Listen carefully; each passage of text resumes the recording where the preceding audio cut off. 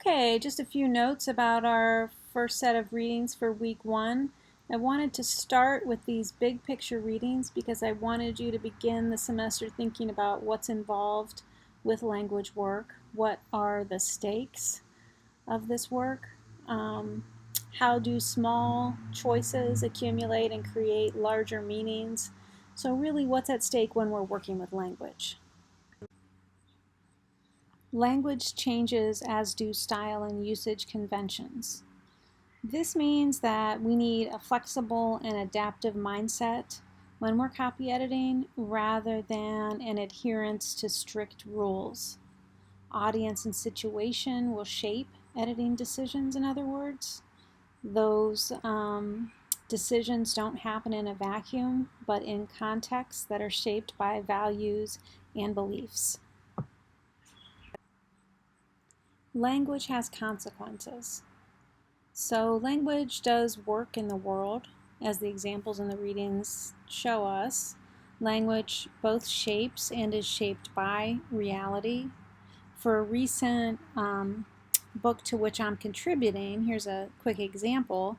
One reviewer wrote the following to the editors of the collection, quote, "When editing the manuscript, please make the language more inclusive so the excellent contribution of this collection isn't compromised. For example, eliminate ableist language, glimpse, occluded, blind spots, crazy, etc. Also use the plural they rather than the exclusive binary he/she. And I would suggest avoiding girl or boy or kid for that matter when discussing a person 18 years or older, even if it's yourself.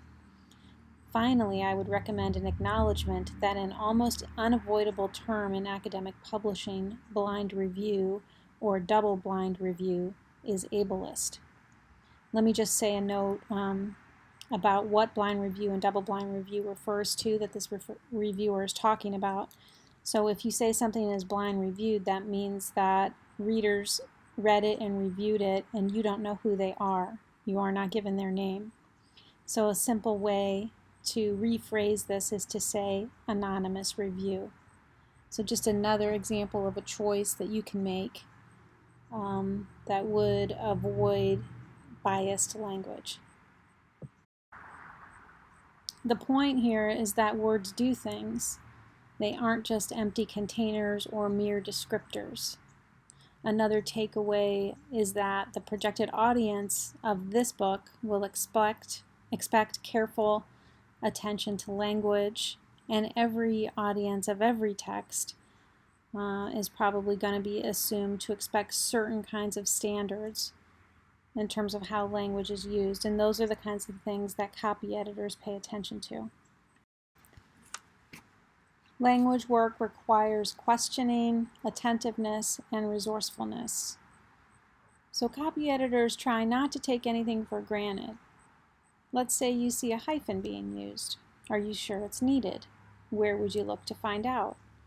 Merriam-Webster's dictionary or usage dictionary would be my first stops. Paying attention to those things that slide into familiarity, like for instance saying a child comes from a quote broken home. Is the home broken or are the parents simply divorced? So what you're doing as a copy editor is you're making the familiar strange, and you use resources to do that. You do research when in doubt or in need of competing perspectives on a given issue. Doing so will help us keep our minds fresh, as Karen Yin encourages us to do in the quote on this page.